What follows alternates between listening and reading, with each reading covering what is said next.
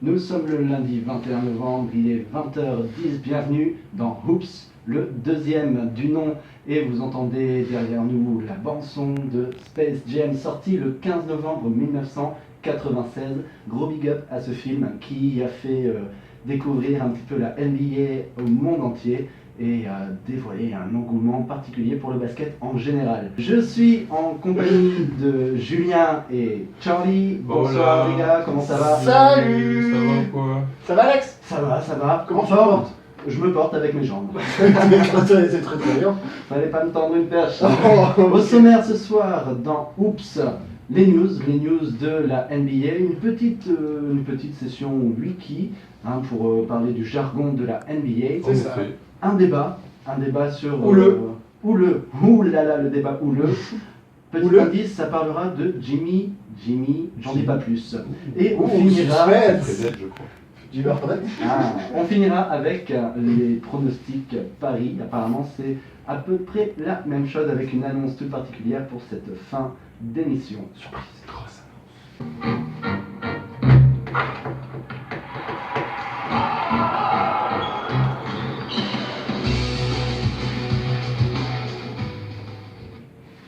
C'est l'heure des news, les news de la NBA avec une première question toute simple.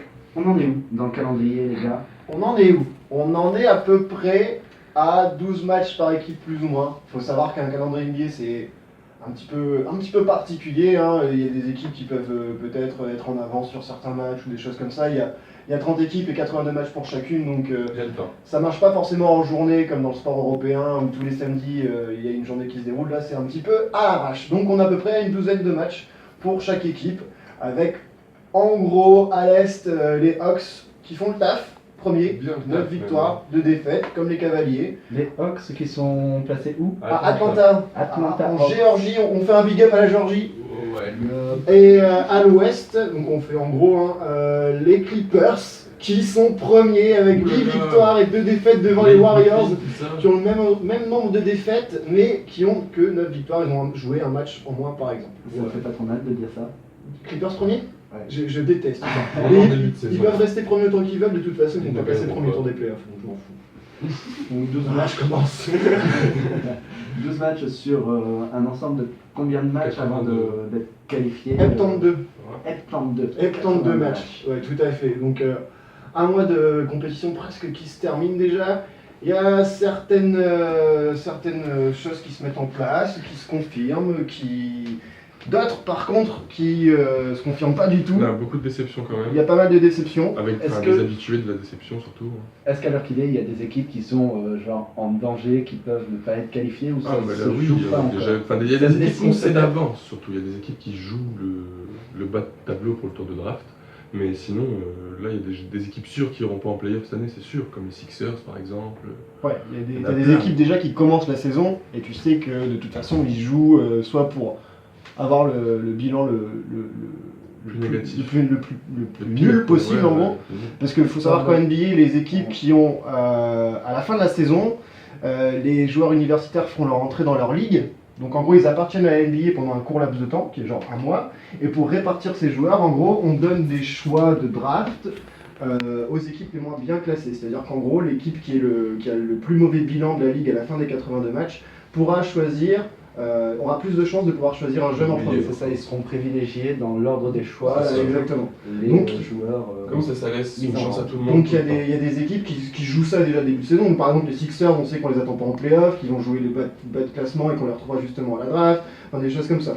Là, ce qui se met déjà en place, notamment donc à l'ouest, tu as les équipes qu'on avait plus ou moins prévues. Les Clippers sont là, Warriors, Spurs, Thunder sont là. Ça par contre c'est une petite surprise.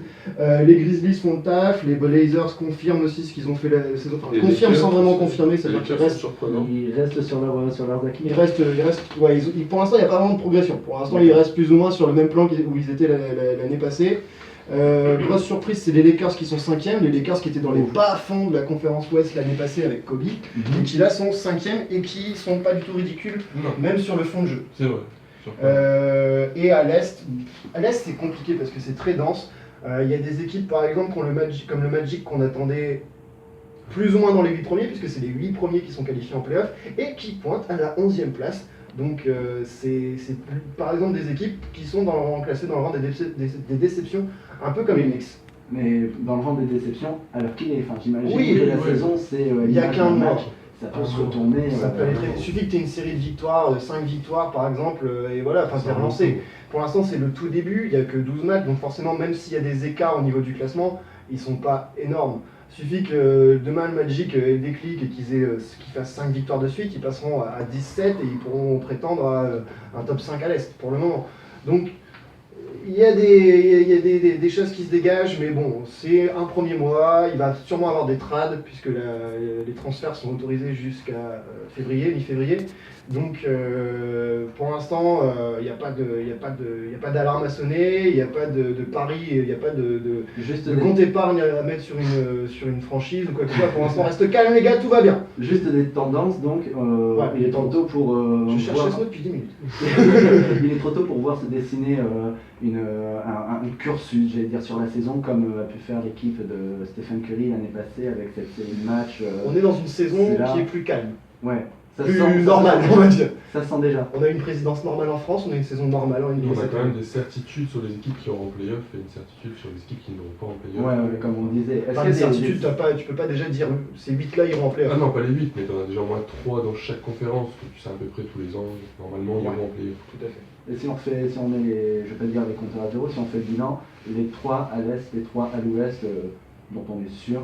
Vas-y, je te laisse faire l'Est et je ferai l'Ouest. Je dirais à l'Est, les Cavaliers, les LeBron James, les champions en titre, les Raptors, et je pense que les Hawks iront en play-off aussi, c'est pour moi les 3 sûrs. Là même, tu vois, cette question, elle peut même plus partir sur quelles seront vraiment les équipes qui iront en play-off et qui iront loin. Vraiment les 3 équipes qui peuvent aller jusqu'en finale. S'il y a de la place pour les autres, mais Ouais, mais ces 3 équipes-là sont, enfin à l'Est, ouais, elles sortent du lot, elles peuvent prétendre à une finale de conférence Ouais, et les après, après il y a l'ogre Cleveland quoi. Ouais. Et à l'Ouest, les Warriors, les Spurs, enfin c'est valeur C'est sûre. sûr et certain. Les Clippers iront en play-off, mais ils iront en play-off pour faire n'importe quoi. Ils vont craquer Ouais, parce que c'est des craquettes, ils sont pas craquants, c'est Ils des iront craquettes. peut-être au deuxième tour, peut-être. Ouais, peut-être.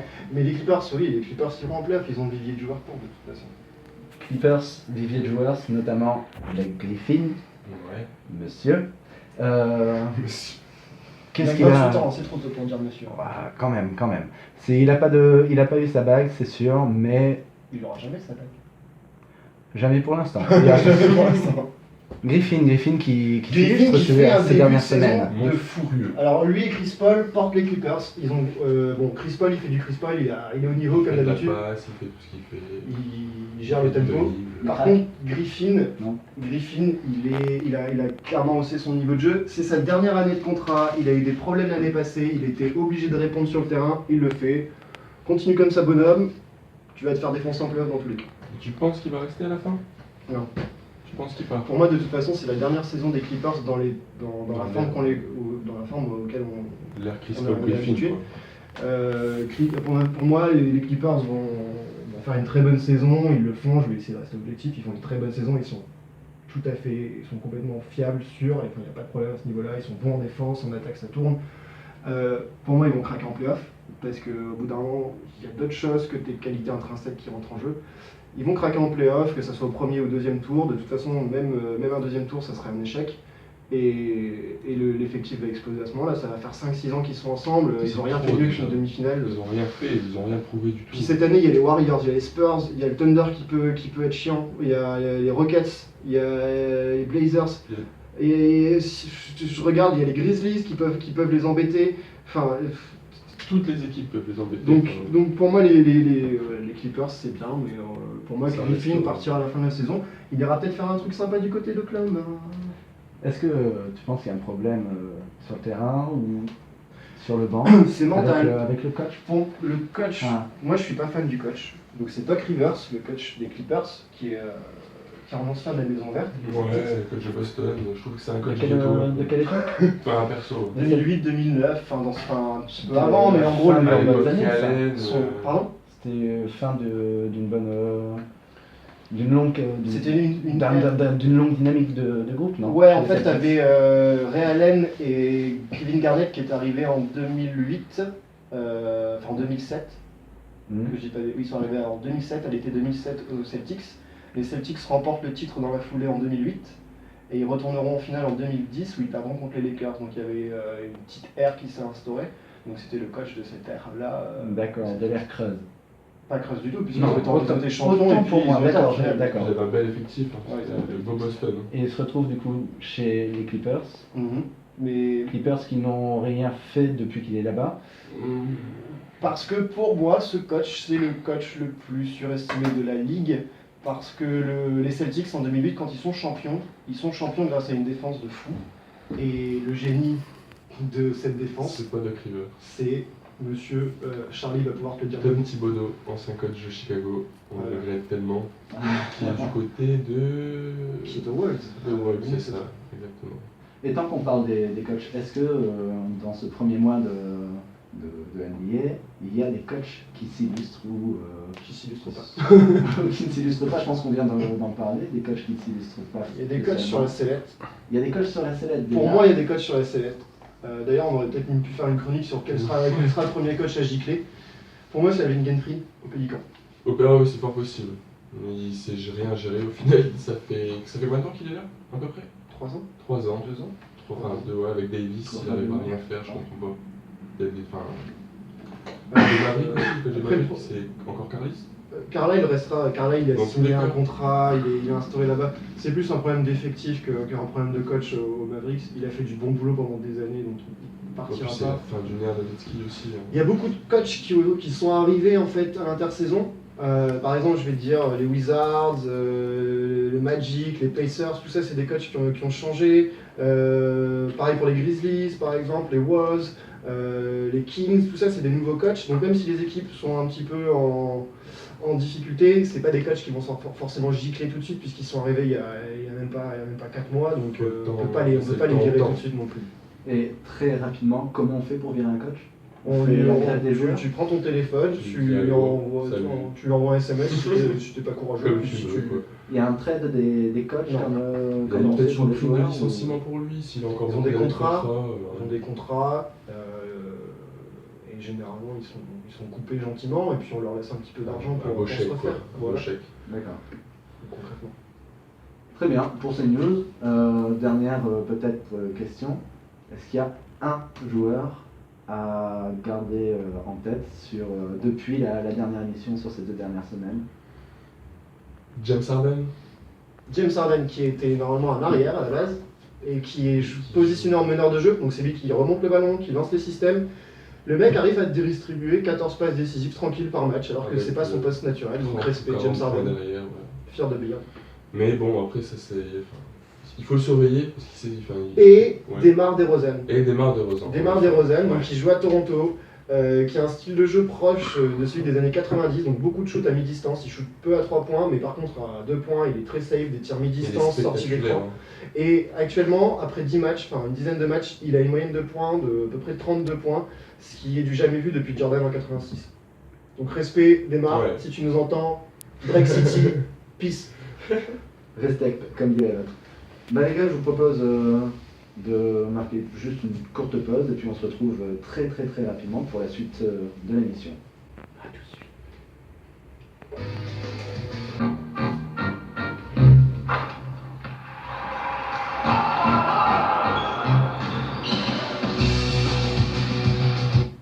Hey, hey, hey, vous êtes de retour dans Oops, l'émission qui parle de basket, et pas qu'un peu. Et aujourd'hui, on va laisser un petit peu la parole à Alex, qui va essayer de vous expliquer, donc il va même pas essayer, qui va le faire. Qui Vous va- apprendre des mots. Voilà, il nous apprend des mots aujourd'hui, et justement, pour mieux commencer, il fallait utiliser le mot qui définit le nom de l'émission, et c'est Oops. Oups, exactement, comme l'a très bien dit Julien, je vais tenter de vous apprendre un nouveau mot du jargon de la NBA, c'est la petite minute wiki, et pour que ça fasse qu'une minute, je vais commencer tout de suite. Le mot d'aujourd'hui, c'est hoop, c'est le même que dans hula hoop, ça veut dire cerceau ou cerclage. Celui du basket fait 45 cm de diamètre, pour une balle de un tout petit peu moins, je ne vais pas noter, je vais m'enlever au montage. En NBA, il est placé à 3 mètres ou 3 mètres 1 de hauteur et c'est bien entendu le seul endroit où il faut mettre la balle, mais il y a tellement de manières différentes de le faire entre les switches, les dunks, petite dédicace à Blake Griffin, les airballs, celle-là elle est pour McGee, ou les buzzer beaters, on aura de quoi faire dans les prochaines émissions. Je vous passe la parole. Super Alex. Magnifique. Franchement c'était beau. Du coup par contre maintenant c'est à toi de nous lancer. Ah oui. On va la faire, alors je balance un Non, petit jingle, non, et puis on lance la suite de l'émission.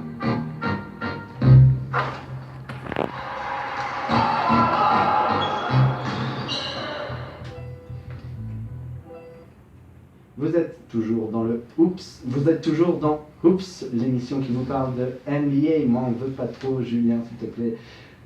On va passer à une partie houleuse. Tu vois, je te mets déjà Houleuse. bien énervé. Tu vois, on est déjà dans le...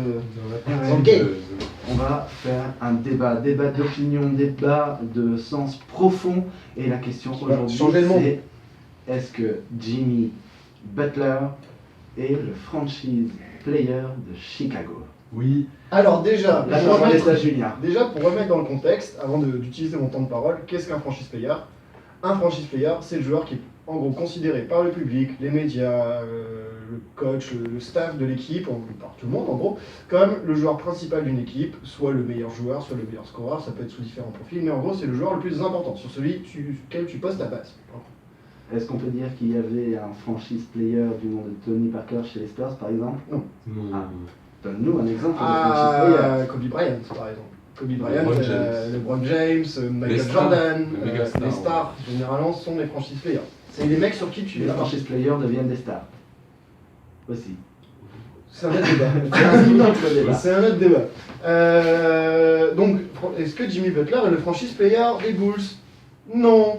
Pourquoi? Parce que Jimmy Butler n'a pas le mental. Pourquoi d'autre? Parce que Jimmy Butler, en playoff, il va faire pipi dans son lit. N'importe quoi. Pourquoi? Ok, alors on a pas mal d'arguments, on va dire pas très profond. Je suppose qu'en face on a un oui. Pourquoi? Oui, parce qu'il était avant que Wade arrive, il le sera toujours maintenant. Le public, c'est le chouchou du public, il marque 30 points par match, il fait vivre Chicago. S'il n'est pas là, on perd nos matchs défensivement, on perd nos matchs offensivement. Même si je suis d'accord avec toi, offensivement, il n'est pas dans les systèmes, il joue tout seul, mais il marque quand même beaucoup de points et il fait son taf défensivement. Certes, mais à ce moment-là, est-ce que franchise player et go-to guy c'est la même chose? Ah Non, Go to mais- guy. Go-to guy, en gros, c'est ta première arme offensive. Ce qui ne veut pas forcément dire que ça va être un franchise player. Mais Parce que comme je disais dans ma définition, un franchise player peut se baser sur différents profils. Mais c'est aussi le franchise player en défense, Butler. Enfin, Certes, ok, sur ça, d'accord, c'est lui qui montre l'exemple en défense, sur ça je suis d'accord. Après, chouchou du public, Wade, quand il est revenu à Chicago, oui, ils sont contents. il y a des maillots qui se sont vendus. Ah bah oui, Et plus que évidemment. ceux de Butler. Bah évidemment. Chouchou Ouais, du c'est public, nouveau. je suis pas certain. Ils sont en égalité. D'accord. Partons du principe qu'ils sont égalité sur le fait des chouchous du public. Butler, ok, est peut-être le meilleur en défense. Mais dans le vestiaire, qui c'est qui va tenir ton vestiaire? Ah là, ça, c'est Wade. Ok, et qui est-ce qui va te faire gagner des matchs en playoff? Les deux. Non. Butler, bien sûr que Butler- si. Butler, il faut. Butler, même On le saura justement en fin d'année. On le saura en fin d'année. De toute façon, c'est un débat où on aura la réponse Ouais. en fin d'année, de toute façon. Donc du coup, on ne peut pas l'utiliser comme argument. Donc D'accord. déjà, là, il y a déjà un gros point qui se passe, c'est que de toute façon on ne peut pas décider maintenant, rien n'est assuré. Si, on peut se décider maintenant, parce que pour moi... Est-ce que Jimmy Butler est le franchise player? Dans le pire des cas, pas encore. ça fait 12 matchs, donc ok, d'accord, on va peut-être pas le dire maintenant, mais pour moi, à la fin, quand on fera les comptes, peu importe le parcours de Chicago, bon, je pense que si le parcours de Chicago s'arrête en saison régulière, Jimmy Butler sera ton franchise player. Et c'est pour ça, justement, que vous n'aurez pas été en playoff. Ouais. Par contre, je pense que si Chicago va en playoff, qu'il gagne des matchs en playoff, qu'il passe un tour, Wade, il sera pour quelque chose. Wade, il sera pour J'ai et pas c'est dit le contraire, justement et c'est pour ça qu'on l'a signé. Ah, j'espère. Oui, oui. Parce que Butler pourra pas le faire tout seul. Et Alors, est-ce que Butler ne pourra pas le faire tout seul ou est-ce que Wade ne pourra pas le faire tout seul? Wade n'aurait pas pu le faire tout seul. non les plus. deux, Les deux, ils ont besoin de l'un l'autre. Le franchise player de Chicago, c'est le Si- duo Wade-Butler au final. si demain tu laisses Butler sans Wade, c'est une horreur pour moi. Ouais, Parce que mine de rien, Wade il attire des défenseurs. exactement. C'est-à-dire que Butler il a moins de prises à deux que l'année passée, parce que forcément l'année passée il n'y avait que lui quasiment. Mhm. Cette année il y a Wade qui présente une menace, donc du coup il a moins de prises à deux. C'est aussi pour ça. Et il a un bon meneur qui lui lâche des ballons. Ouais, ce qui n'était pas le cas. Et donc Butler, de toute façon, oui, il a besoin de Wade, mais c'est pareil, Wade il a besoin de Butler aussi, ne serait-ce pour faire les efforts défensifs, parce qu'ils peuvent défendre sur les mêmes joueurs. Donc, Mais en tout c'est cas, pareil. Butler a beaucoup à apprendre de Wade. C'est une bonne chose que Wade finit à Chicago quand même. Enfin, Bon. Après, je mentalement, pense comme que tu justement, disais tout à la définition de franchise player, elle est assez floue, puisque c'est aussi ta propre interprétation, par moment, et qu'il y a beaucoup de vrai dans ce que dit Charlie. Je pense qu'il n'y a pas que du négatif dans ce que je dis non plus. Non. Et je pense que c'est ça aussi on va dire le fruit, l'excitation du truc, c'est d'avoir ce genre de débat. Et je pense que les deux se tiennent. Donc pour toi, le franchise player de Chicago est Wade. Pour moi, c'est Wade. Ça sera Wade et ça va pas s'inscrire sur 12 matchs. Pour moi, un franchise player, ça s'inscrit sur la durée. Et je te promets que vous passerez un tour de playoff, que vous allez faire vibrer le United Center et que Wade va te planter des shoots dont tu vas rêver la vie. Il l'a déjà fait.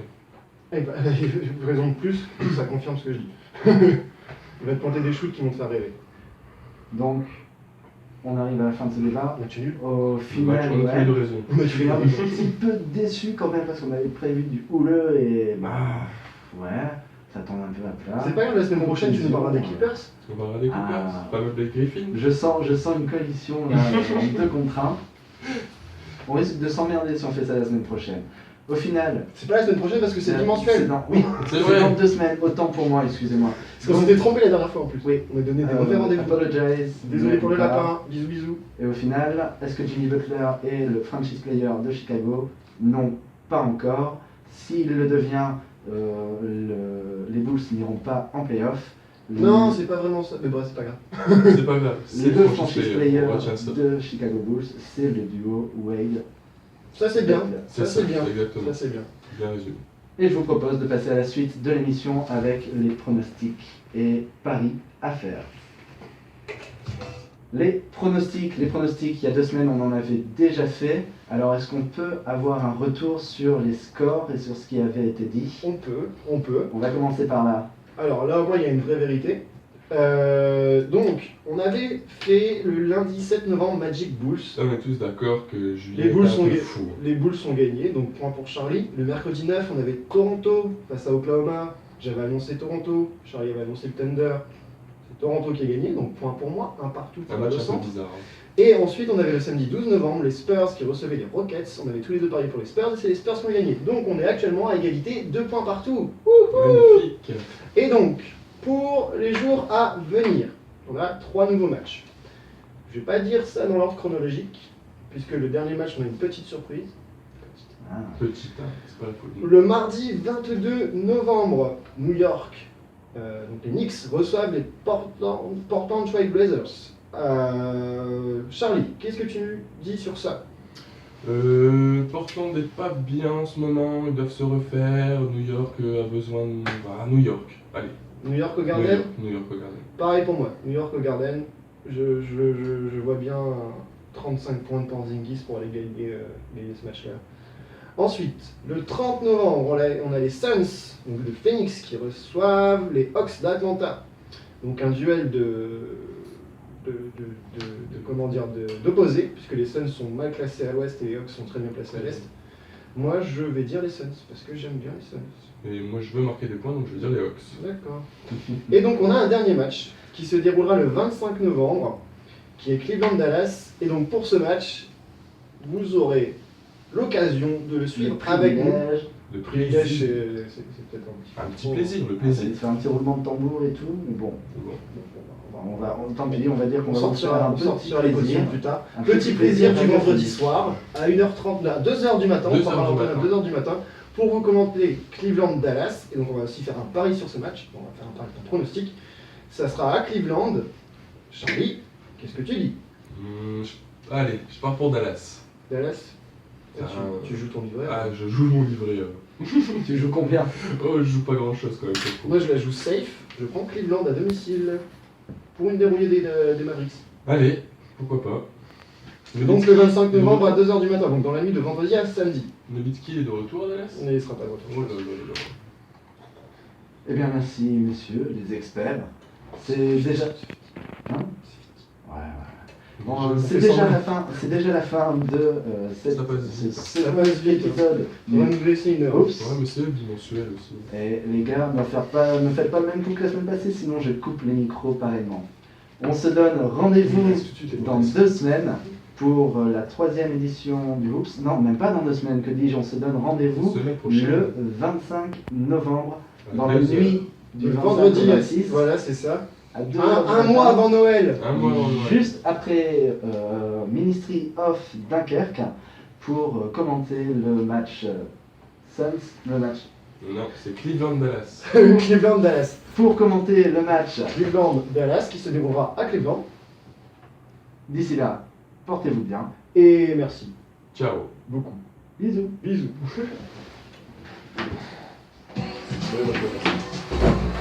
Cette fin, c'est